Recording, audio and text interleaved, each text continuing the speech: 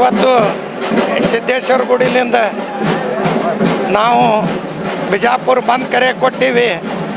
ನಮ್ಮ ಬಾಬಾ ಸಾಹೇಬ್ ಅಂಬೇಡ್ಕರ್ ಅವ್ರಿಗೆ ಶಾ ಅವರು ಸದನದಲ್ಲಿ ಅವಮಾನ ಮಾಡಿದ ಸಲುವಾಗಿ ನಾವು ಅವ್ರಿಗೆ ರಾಜೀನಾಮೆ ಕೊಡುತ್ತಾನ ದೇಶ ಎಲ್ಲ ದಿವಸ ಒಂದು ಕಡೆ ಬಂದ್ ಮಾಡಿಸ್ತೀವಿ.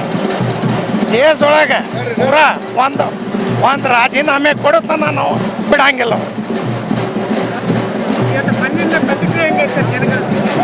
ನೀವೇ ನೋಡಿರಲ್ಲ 100% ಬಂದದ.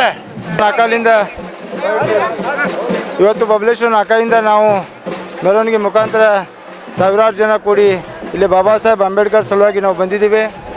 ಏನು ಮಾನ್ಯ ಪಾರ್ಲಿಮೆಂಟ್ನಲ್ಲಿ ಅಮಿತ್ ಶಾ ಏನು ತಮ್ಮ ಭಾಷಣದಲ್ಲಿ ಅವರು ಬಾಬಾ ಸಾಹೇಬ್ ಅಂಬೇಡ್ಕರ್ಗೆ ಅಸಂವಿಧಾನಿಕ ಅವರು ಮಾತಾಡಿದ್ದಾರೆ.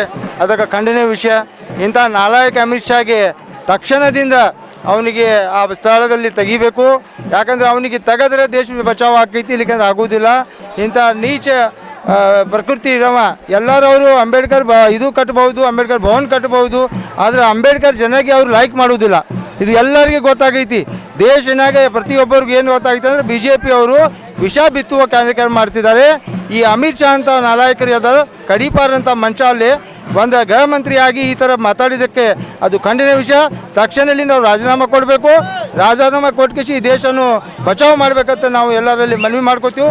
ಈ ಇವತ್ತು ಏನು ಬಿಜಾಪುರ ಬಂದ ಕರೆ ಮಾಡಿದ್ದಕ್ಕೆ ಎಲ್ಲರೂ ಸಹಕಾರ ಕೊಟ್ಟಾರೆ. ಎಲ್ಲರಿಗೆ ವ್ಯಾಪಾರಸ್ಥರಿಗೆ ಎಲ್ಲರಿಗೆ ನಾವು ಧನ್ಯವಾದ ಹೇಳ್ತೀವಿ. ಅವರೆಲ್ಲರೂ ನಮ್ಮ ಜೊತೆಯಲ್ಲಿ ಕೂಡಿದ್ದಾರೆ.